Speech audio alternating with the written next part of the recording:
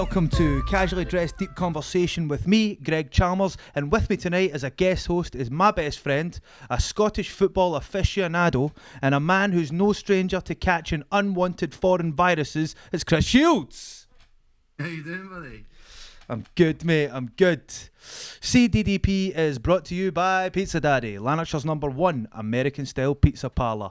To stay up to date on new offers and flavours, connect on the socials. On Facebook and Instagram, search for Real Pizza Daddy, and the website is www.thepizzadaddy.co.uk. Tonight, ladies and gentlemen, we are across the old firm divide to discuss what the hell is going to happen in Scottish football during and after the coronavirus epidemic. So, Chris, we've been best friends for 20 odd years, mate. And yes, a long time, bro. It's a long time. And the fact that you're a Celtic fan hasn't really put me off. Me being a big blue nose and that. So we've obviously got differing positions. Yes. Yeah, I would say that's firmly accurate there, yes. Right off the bat, right, as your average Celtic fan, okay, what do you think should happen? Well, so there's three options ultimately with the SPL or SPFL, sorry, is we either void the season, we kind of restart it whenever this finishes, or we just stop it now and go, well done Celtic, let's go on for team medals. Personally, I would like us to win the league properly. I'd like us to continue the season whenever that's possible, and then ultimately win another title and raise the trophy for the next time. Right, okay. That doesn't sit well with me. No, I wouldn't. Because I'm all about hashtag stop at 10. Right. Operation Stop at 10. Stop at 10, mate. Stop at 10. Because, having said that, mate, see if the shoe was in the other foot, I'd be all about handing it over. But like, listen, you weren't doing it anyway. Right? Just hand it over to the boys. We don't, listen, we're not... But you were never going to beat us and all that. However, the shoe is not on the other foot. And I do find myself thinking that this is a huge injustice to Rangers Football Club. I'll be honest, it is impressive. It's impressive. I mean, 4 weeks ago, it's title's done. That's it. We'll have to come back next season and come back and all the rest of it. And then the minute this happens, it's like, oh no, wait a minute, hold on a second. We've still got 8 games to play. It's just ridiculous stuff. Mate, the 8 games could be the changing of the season. Mate, he's lost at home to Hamilton. It's not going to happen. Didn't even want to beat Hamilton. No, but I mean, as far as the league's concerned, I was talking to you earlier on off camera about. When I say off camera, still on camera because you're in Northern Ireland. Still on camera. Just not recording this camera. We're talking about Brora Rangers. So Brora Rangers have now been handed the title from the Highland FA. Yes. And the caveat to that is that the Lowland FA haven't done the same.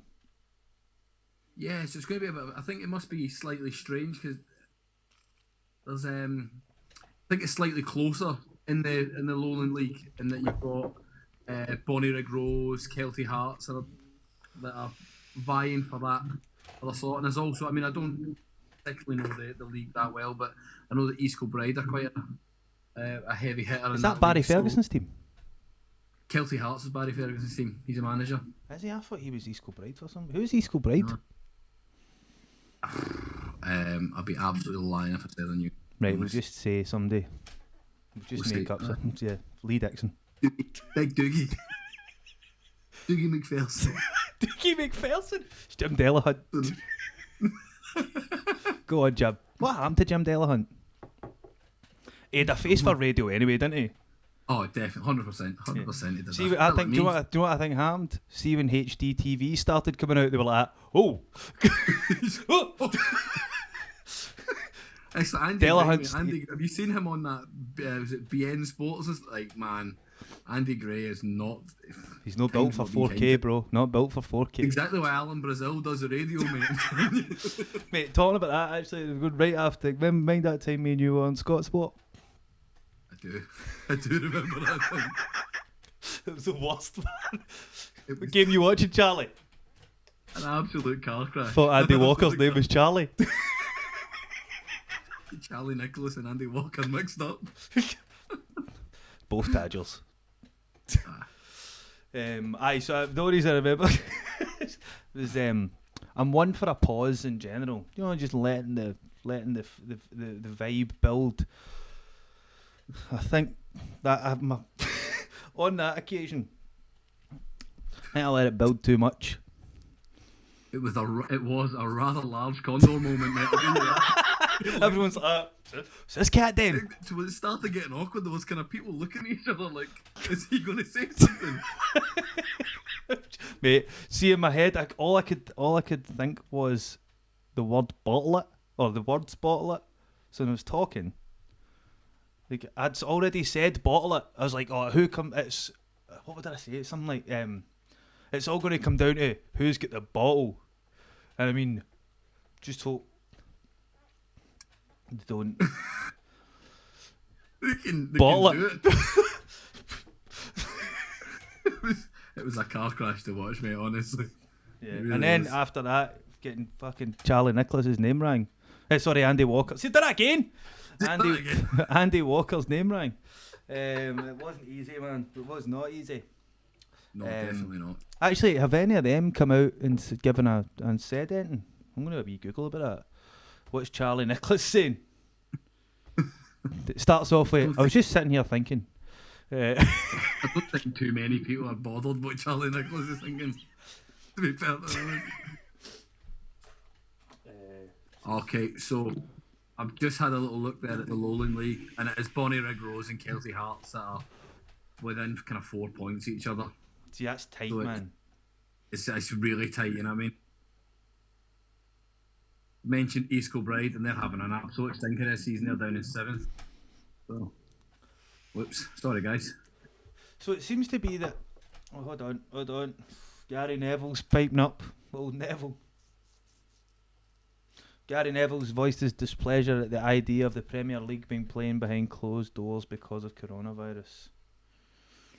So I was also. Well, I mean, I was on the phone to an SFA insider who told me that they were leaning towards just voiding the season, mate. that to me, I mean, obviously being a Celtic fan is the kind of least favourable option. It's not for me, but I know, I think this year we were all just kidding on anyway, mate.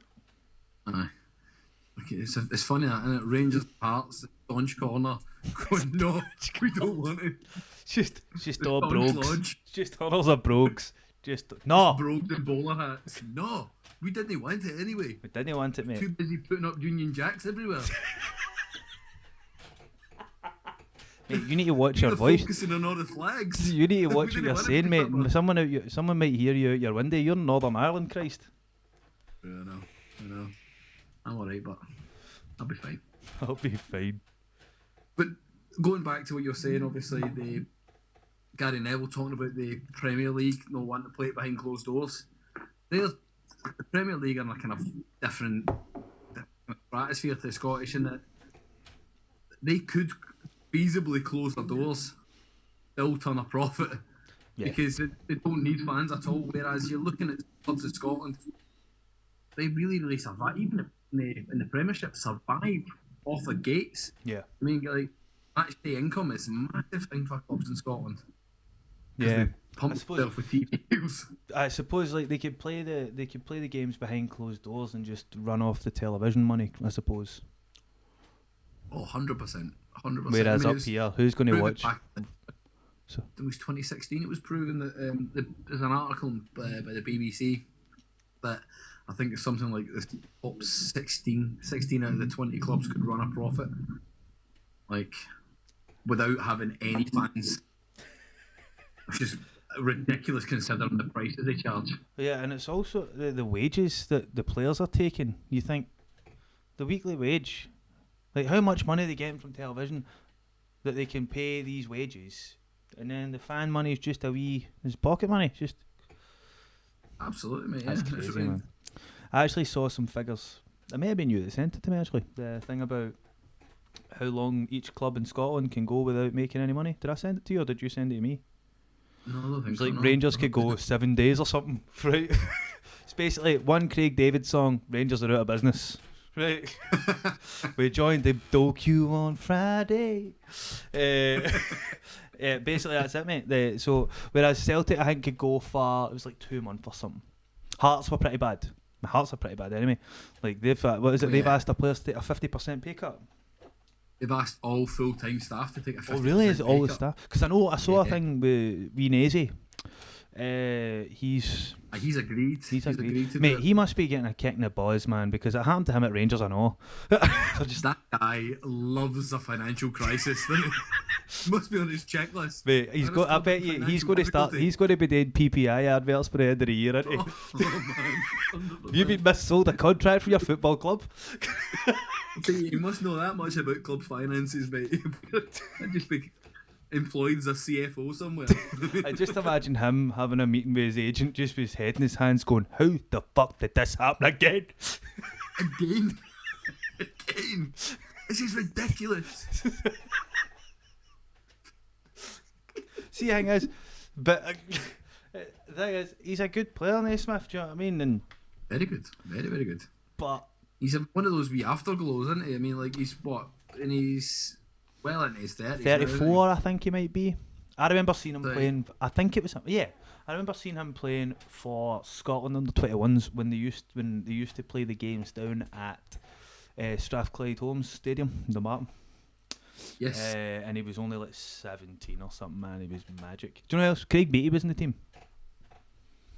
Oh, well. Craig Beattie was a player, man.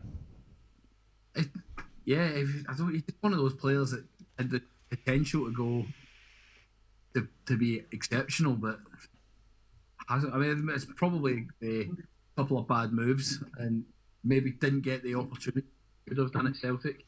Aye, because have you watched his his podcast with Cy Ferry? I have, yes. It's good, isn't it? It's interesting, man. Yeah. What I like about that is like there's players where you don't think, like, I mean, Charlie Mulgrew, his first one, I was like, well, I'll watch it because he's a Celtic man, but I'm thinking Charlie Mulgrew's going to be beige. But actually, man, like, he's like a really, really good guy, like really interesting. He's a right beige cat. But he's but an interesting. Like, a lot of them are. You kind of forget that they're real people. I mean, because these guys are all just media trained to death, and just like, oh well, we played really well, and doesn't matter that I scored 3 goals, but we've done well, and we take it one game at a time, and I'll just delve into my wee bag of cliches and keep throwing them out. You know what I mean, giving 110%. No. It's good at 110%. Actually, mate, talking about that, do you wonder who the hell media trained Jeremy Frimpong? Oh, I don't know, man, but the guy is an absolute. It's amazing. Oh my days! Oh my days, mate! Do you know what? I really want to hate him, right? But I can't, man. It's impossible. You can't. He's You can't just do the it, mate, I'm happiest telling you. dude, man. He's just like, oh my days! Because you know what it is, mate? Because he absolutely embodies everything that we would be as a footballer. Yeah. Just buzzing. Absolutely buzzing. can't even believe I'm here. He's the best. And it was his first game, he won a trophy. He's like, is this how easy it is up here? I think he's maybe like 4 or 5 games in. He's playing in a cup final. Starting the cup. I mean, he gets sent off, but it doesn't matter. Aye, We'll let him away with because you shouldn't have won that cup final, man. Aye, we were definitely outplayed. Do you know what it is? Celtic can't take high tempo football. Yeah, I think it's if you onto the back four and you kind of get into their heads, likes of Julian, good players on the ball, but you harry them and you kind of essentially give them the staunch, let them know you're there. Hit 'em hard, all that I think you've got a part. chip on your shoulder about a staunch with a staunch patter, by the way. Stiver and staunch. No. Mate, your best friend is a Rangers fan. True. Right, Very true. I mean, you really need to get over this. See for I anyone don't that's think that's watching this, right? I was Chris's best man, True. in a room full of Celtic fans, right? So I think there's maybe a wee bit of blue nose in you, by the way. I think it's just been conditioning over time that's turned you into a Celtic fan. No, I don't think that has, mate, because bear in mind I went through school in the 90s as a Celtic fan. That's fair. Back when Rangers were all EBT'd out their nut. You know what I mean? Buying trophies. Oh, you. And then, and here I am now, all smug. I mean, I've Oh, smug.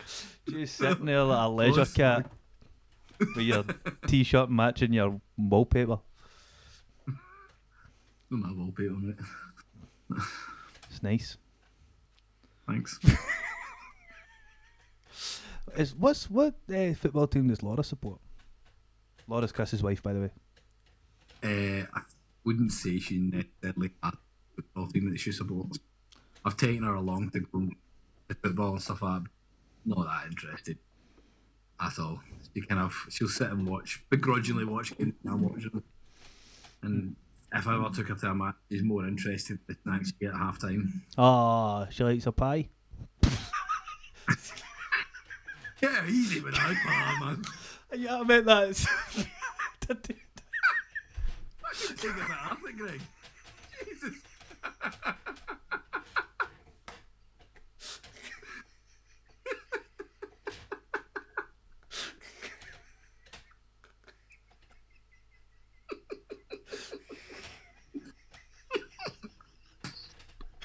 Oh, brilliant. I'm really sorry, Laura. I didn't mean it like that. I love a pie.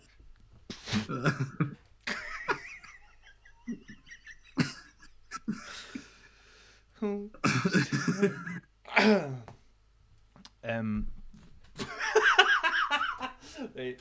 Oh, Cam. Okay. So I've totally lost my. Oh, right. I also heard through the grapevine that there's actually so there's a few of the Portsmouth players. Remember we were saying Ross McCrory who's got coronavirus. Yes. They're saying a few of the Portsmouth boys have got it. They're also saying that quite a lot. It's pretty prevalent in the Premier League just now. But the people, they haven't reported the cases. Yeah. Slightly irresponsible, isn't it? Well, yeah. I mean, I think it's shown that down south in London of accelerated rates of coronavirus. It's purely because it's more crowded. People paying the kind of paying the virus the respect that it deserves. You know what I mean? So, and I think football clubs naturally do that anyway. They'll naturally try and keep things in house and not want to broadcast it because that's just not how they like to do their business. You know what I mean? Yeah. Pardon me. Right, okay, so we're going to get on to the real deal here.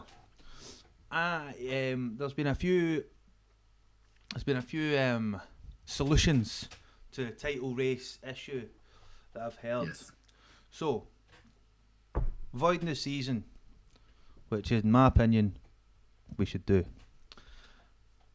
Number 2, which is quite interesting, is run this season into next season and start next season with the points that everyone's got just now. So then it would run over 2 years, and then at the end of it you would get 2 titles. Or so there's that option. There's also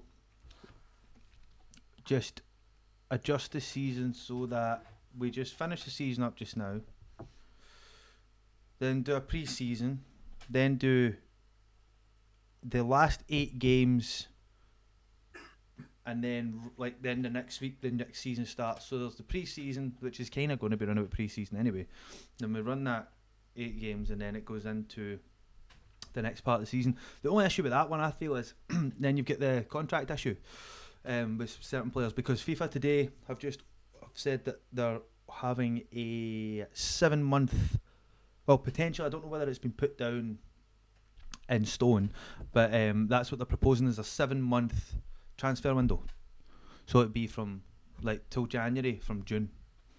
And the reason for that is to alleviate the cash flow problems that a lot of the clubs are having, which I think, to be honest with you, coming from a club who has coming from a perspective of a fan whose club has went through the financial turmoil, it seems to be the most viable option to try and save as many clubs going into administration as possible, because it's not small amounts of money. It's big money, you know.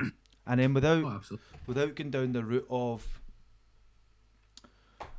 like having to have players take pay cuts like they're doing at Hearts and stuff like that, I kind of think that's the best way to go with it.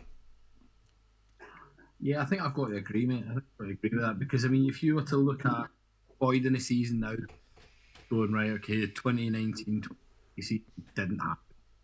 Then you've got going to have fans going, well, why have I paid for a season ticket? Yeah. To games that didn't exist. You know, it's a season full of friendlies.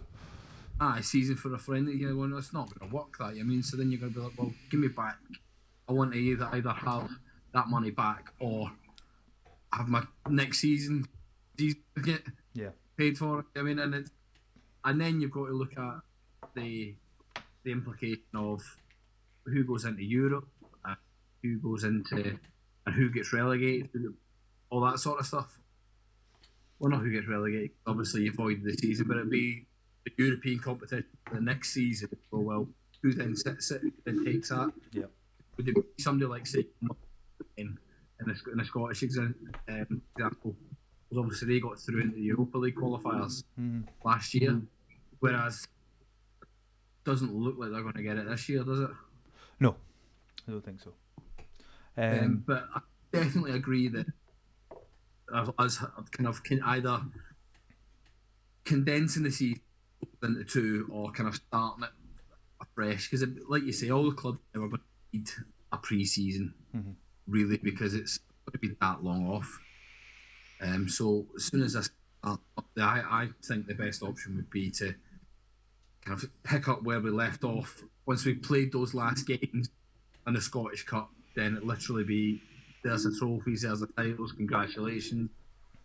Maybe even a week gap, tops, start the season again, you know what I mean, and just roll from there. Because I suppose you've got other things that I haven't even thought about, like new strips for every season. Yeah, I mean, yeah. Like new strips, there'll be the like loan players and stuff like that. How does that work? So I mean, from a Celtic perspective, you've got Elianusi, you've got Bauer. Biggest one's Fraser Forster. I mean, he's been massive this season. Yeah. I mean, he was pretty much single-handedly the reason that we won the Scottish Cup, the League Cup this season. Yeah, very much so. And in Europe, some of the performances he's put in has just been unbelievable. Because I think what's happening with Rangers is, from what I can gather, is that they're doing a massive restructure. I think the league performances after Christmas have just left a sour taste in everyone's mouth, especially Steven Gerrard's, and I think he, because they're talking about shopping for a new goalkeeper. Oh really? Yeah, I saw that online. I mean, again, it's all word of mouth, but so I hear that they're looking for a new first team goalkeeper. Alan McGregor would be the second, but I don't know. I don't think Griggsy would take that. I mean, he's a top quality goalkeeper, isn't he? Mate. He's also, what, 34, 35? Yeah. So he's but then goalkeepers can play well up to their 40s. I mean, but maybe not at the level that Steven Gerrard thinks. No, of course not. Yeah. You got to remember, Steven Gerrard's also coming in from a different perspective. He's coming in from a team like Liverpool, where quality was right the way through the side, And it's a different type of quality. It's a step up. Do you know what I mean? So he's obviously trying to get Rangers as close to that as possible. Now, obviously, he's not got the finances to be able to go out and buy players of that standing. Yeah. But I think he's maybe looking at the team because I think, in my opinion, I think James Tavernier so far since 2020, shocking. Connor Goldson, shocking. Like just mistakes that you're thinking. You'd see that in a Sunday League team. 100%. Right, and 100%.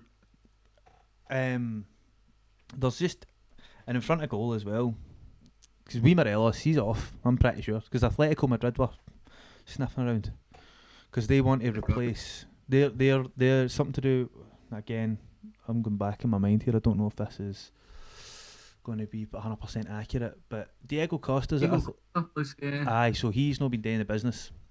And they basically want to bring in another. It's Diego Simeone's the manager, I think.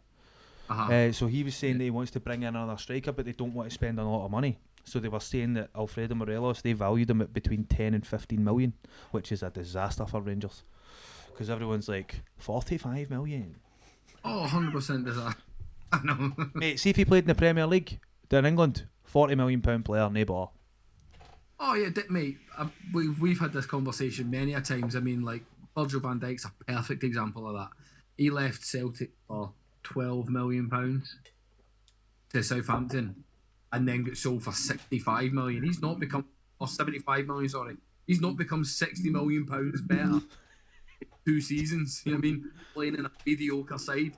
Yeah. And in the Premier League, it's just not happened. But that's where Scottish football does get undervalued. Mm-hmm. And I kind of think Alfredo Morelos, he does it to himself. I mean, I know, mate. I like we Alfredo, man, but he's not been doing the business in 2020.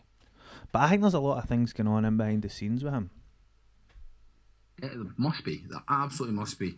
I mean, that whole people trying to cut his brakes and actually not, wasn't it? Mate. See, the thing is, a bit of a shagger. See, the thing is, right? See, you actually look at that story and you see what he was driving. He was driving a Lamborghini, right? Which is about 2 inches off the deck, right? How are you going to slide a full-size man underneath that car?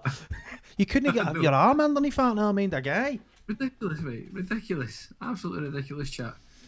But it's a shame because he is a good footballer. I mean, he's one of those guys that you love to hate. He falls firmly into that bracket of players that you kind of respected but you didn't really like. Chris like Sutton. your natural. Yeah, fucking, who else was it? Wee Nacho was a boy, by the way. Barry Ferguson. Great player. Yeah. Like, aye. Fernando Rickson, he was another one. Again, see, the thing is, like, what a good player. Do you know, there's actually a lot of similarities between Fernando Rickson and Alfredo Morelos. They're both very talented football players, but had discipline issues. Yeah, definitely, yeah. Only I think Dick Advocaat dealt with him well, man. Yeah, that's it, I think, yeah. And the thing is, as well, there was better players around Fernando Rickson, yep. Whereas Morelos doesn't have that. With obviously the rebuild of Rangers, you're having to rely on players that are not of the same standard. I mean, of him who will not be named. fucking hate Andy Halliday.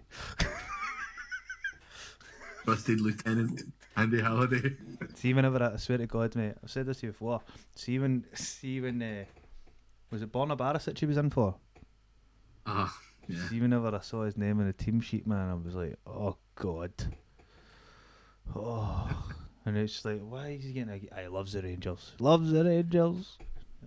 He just tries hard. He's got a good dig. That's what you did at football. Like absolute base minimum for a footballer. If you're playing for Rangers or Celtic, if you play for any team professionally, anybody, try your best. It's like I'm playing on a Sunday and somebody's not trying hard. I'm raging with them. I mean, it's an absolute base minimum requirement. Try hard. Yeah.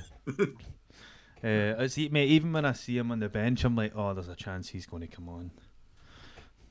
And do you know it's funny because I talked to Charlie.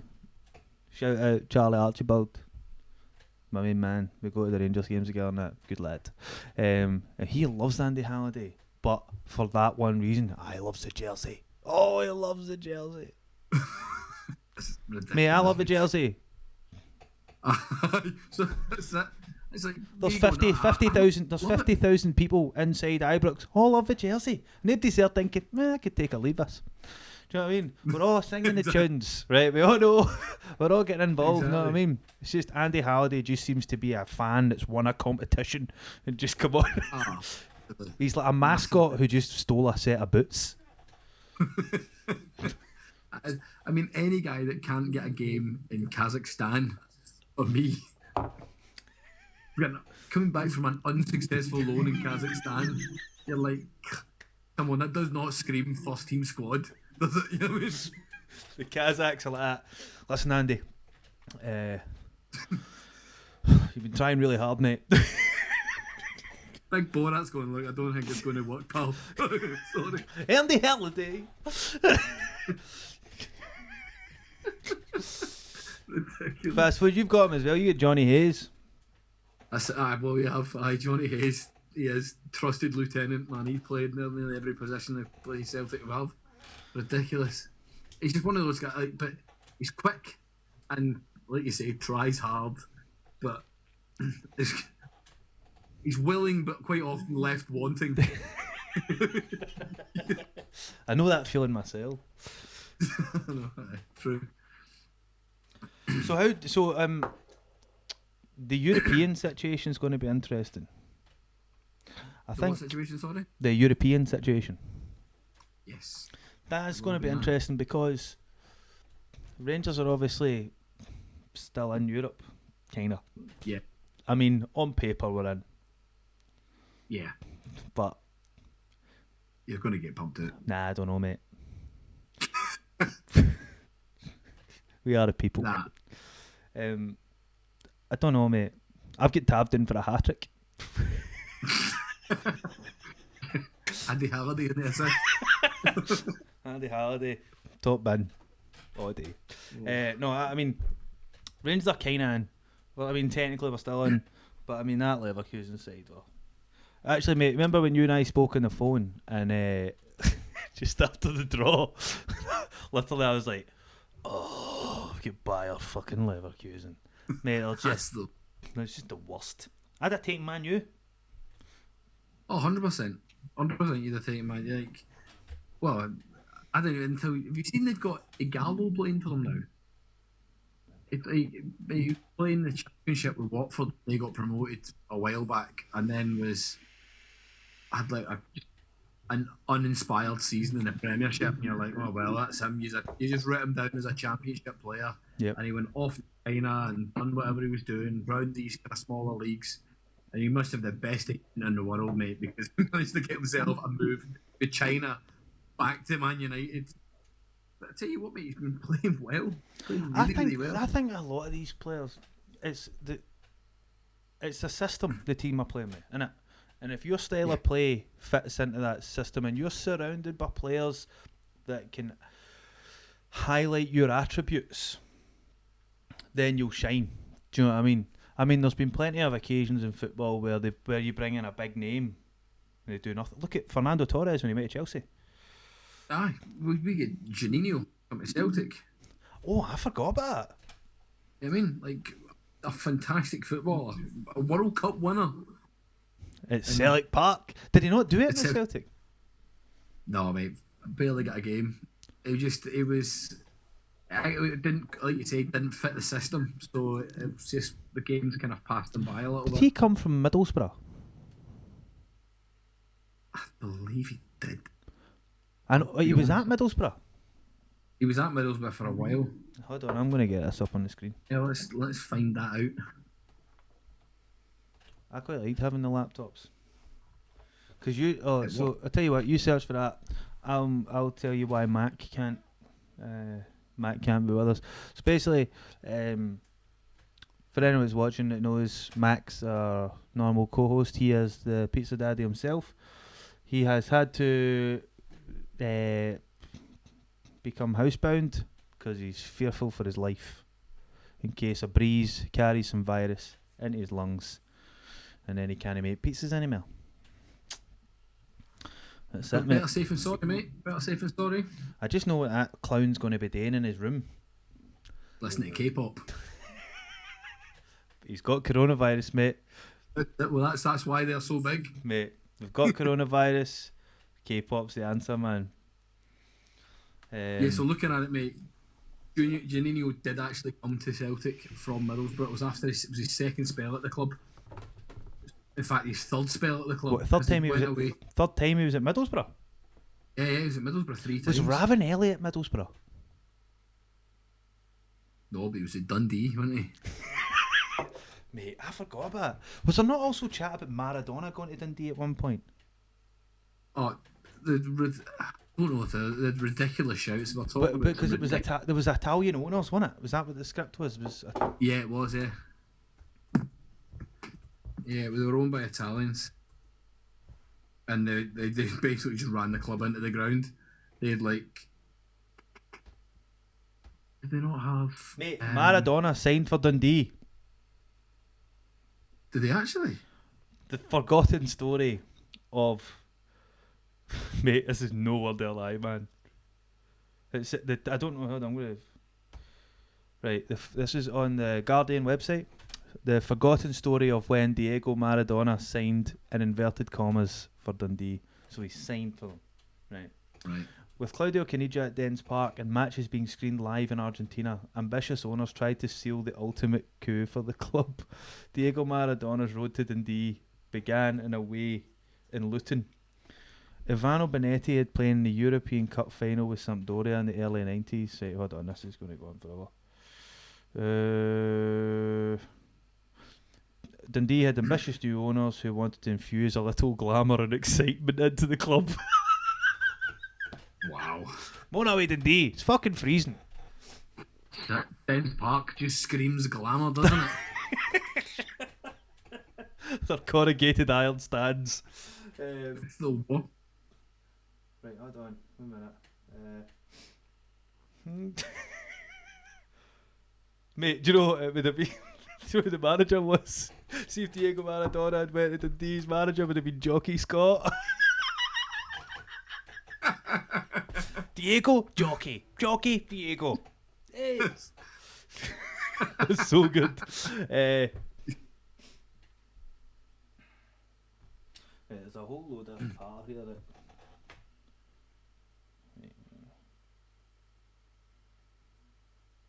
Right, so Caniggia went to Dundee before he was at Rangers. Yeah. So from the moment Caniggia arrived at Dundee, the name of his best mate, one Diego Armando Maradona, had been whispered around Dens Park.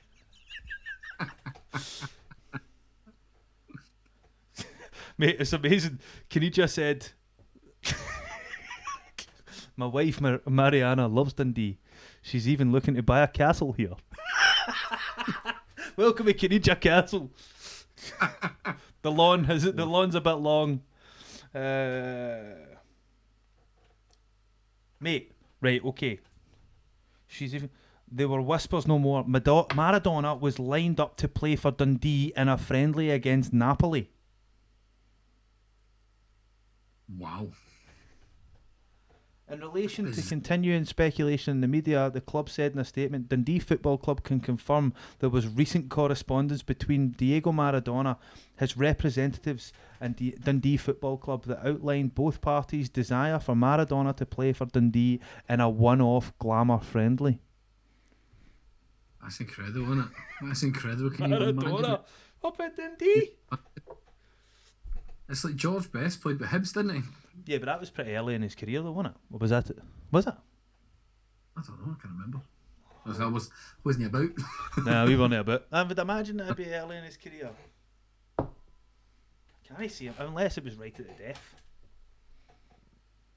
I just love the forgotten story of when Diego Maradona signed for Dundee. That's brilliant. Daisy. Scottish football stepping on rakes again financially. I know there's name. Why is there no middle ground? Why is there not? Let's bring in some good players. There's always shite or bring in Maradona. Because the middle ground's no sexy, mate, is it? Let's be honest. No, middle ground isn't sexy. I mean, we spoke about that with with your man that was on Sci Ferry, Charlie Mulgrew. Middle ground, bro. Effective though, isn't he? Effective, good player. I mean, he's still playing now in a good standard. I mean, it's like effective. Stephen Fletcher. Yeah, there's loads of them. Loads of. Who else do we have? Gary Hooper. Is he still playing? Yeah, he's playing. Sheffield Wednesday, I believe. Right, okay. But yeah, like I mean, when he came to Celtic, I was like, that was the year that Andy Carroll was the was like the top scorer in the championship, and he went from Newcastle to Liverpool.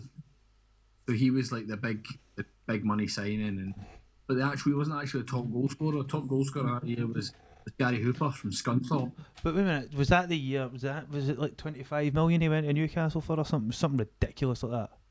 No, he was at Newcastle. Went to but was Liverpool. it for 25 million? Was that the? It was really. That was the big money, aye. Because I remember thinking that's a lot of money for old Horseface.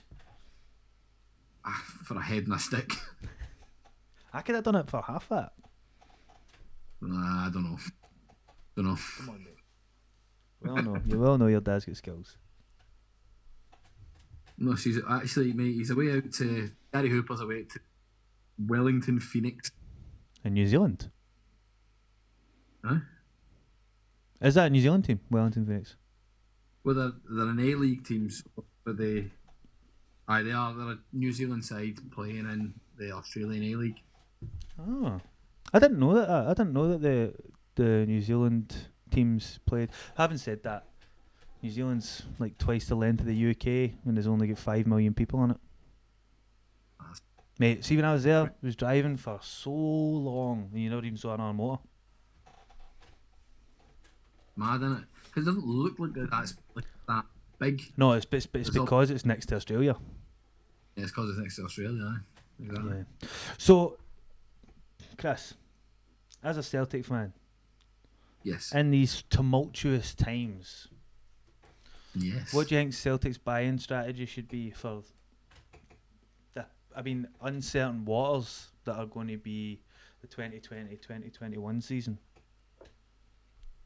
I think you've got to look at kind of keep it very similar to the model we use already. However frustrating it is. Mm-hmm.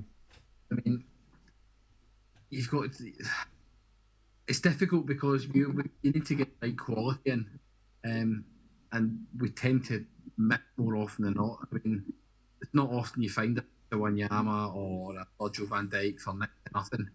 You tend to end up with Rui Kouassis and Admiro Baldes and all these sort of players that don't quite make the grade. Or Timu Puki doesn't make the grade at Celtic, but then I'll go on elsewhere and perform well for other clubs. Yeah. So I would like to see them invest a little bit more in the you've set up, and we have got some decent players in, likes of Frimpong. Is he on loan? No, you bought him in. He was one of the kind of youngsters ushered in right at the very, very death of the transfer window. Oh, really? It was him and Neil Corner, the two of them from United and City, respectively. They got brought in last minute. And even there's a young lad, Jonathan Afolabi as well, from from Newcastle, and even young Dembele as well. So there's youth there. I think maybe kind of give them a chance, an opportunity with a bit of experience in around. Yeah. Finding that sort of experience is. What about yourself? What do you think, Rangers? Say that again, mate. You broke up there. What do you think the strategy could be for Rangers?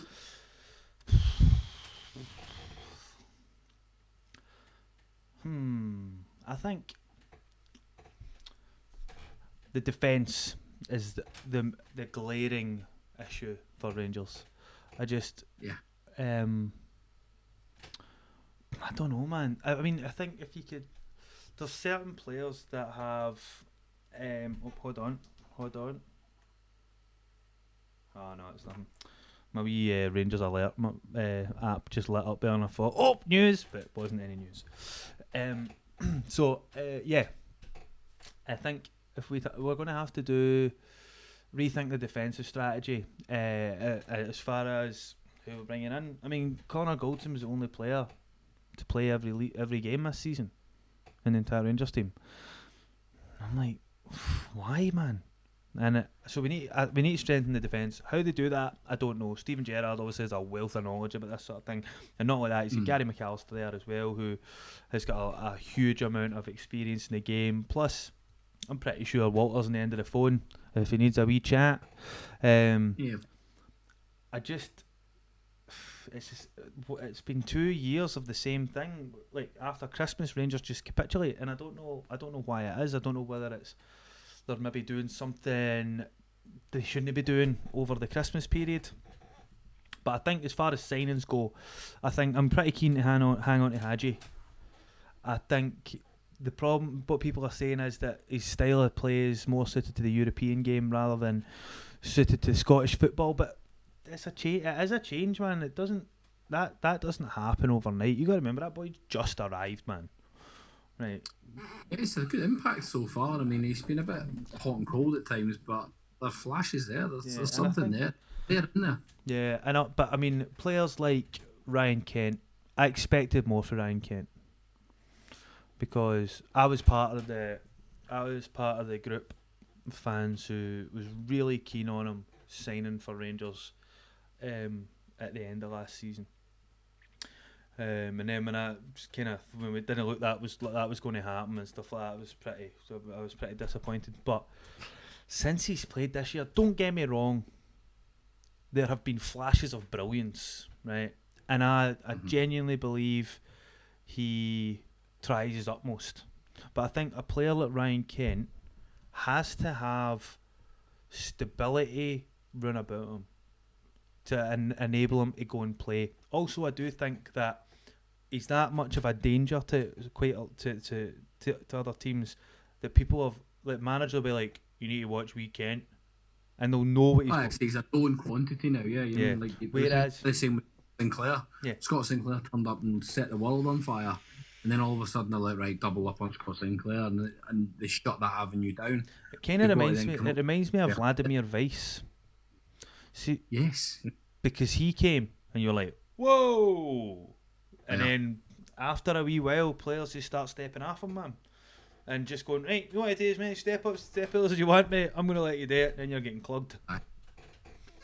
Exactly. Yeah, that's exactly it. Yeah. So I think expect more for Ryan Kent. I wish Stephen Davis was maybe about 3 or 4 years younger. We could get a bit more time at him. Ryan Jack. I think Ryan Jack's probably been one of the only players that I think would get pass marks throughout the season so far. Ryan Jack's a great player. I think he's grown in confidence. I would actually, if they don't give the captaincy to Al McGregor, I would like to see Ryan. I'd like to see him getting the captaincy. Yeah, I think it's unfortunate for Ryan Jack in that he's a player in what is a good Scottish player, but in a position that we've got so much quality. Yep. I mean, it looks like there's Scott McTominay, you've got Alan McGregor, you throw Scott Brown into that looking mix. I mean, like, there's Stuart Armstrong, Robertson. A lot of Robertson. I mean, he's a left back, but I'm talking like specifically centre midfield. Mm-hmm. Like, there's a lot of good players in that position that would probably end up just getting in front of him. You know? Even Ryan, you go Ian Christie, you throw him in that mix as well. Like, there's a lot there. Mm-hmm. A lot there. It's a shame for him. Yeah. He's a very good player. Yeah, he is.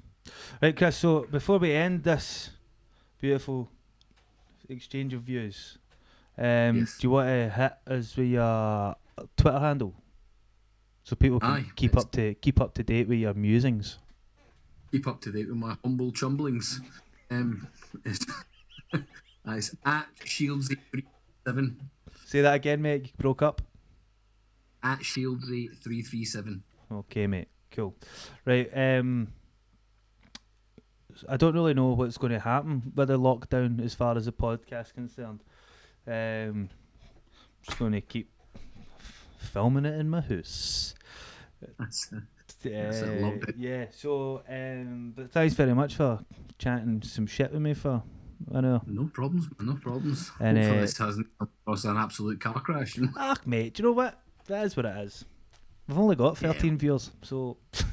That's yeah. Right. Okay, mate. I'll speak to you soon. All right, pal. Catch you after, mate. Yeah, boy.